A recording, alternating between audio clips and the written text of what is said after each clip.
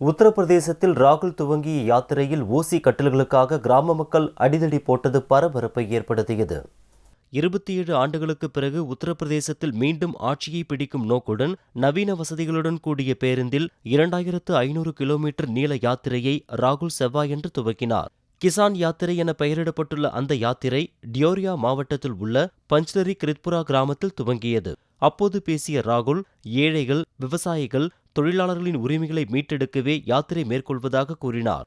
காங்கிரஸ் கூட்டணி அரசு 70,000 கோடி விவசாய கடனை தள்ளுபடி செய்ததாகவும், ஆனால் மோடி அரசு கார்ப்பரேட் நிறுவனங்களின் கடனை தள்ளுபடி செய்வதாகவும் குற்றம் சாட்டினார். ருத்ராபூர் கிராமத்தில் விவசாயிகள், தொழிலாளர்களிடம் ராகுல் குறைகளை கேட்டபோது கூட்டத்தினர் உட்கார 2000 கட்டில்கள் போடப்பட்டிருந்தன. கூட்டம் முடிந்ததும் கட்டில்களை எடுத்துச் செல்வதில் கிராமத்தினரிடையே மோதல் உண்டாகி பெரும் குழப்பத்தில் முடிந்தது. உத்தரப்பிரதேசத்தில் உள்ள 39 மாவட்டங்கள் வழியாக யாத்திரை டெல்லி செல்கிறது.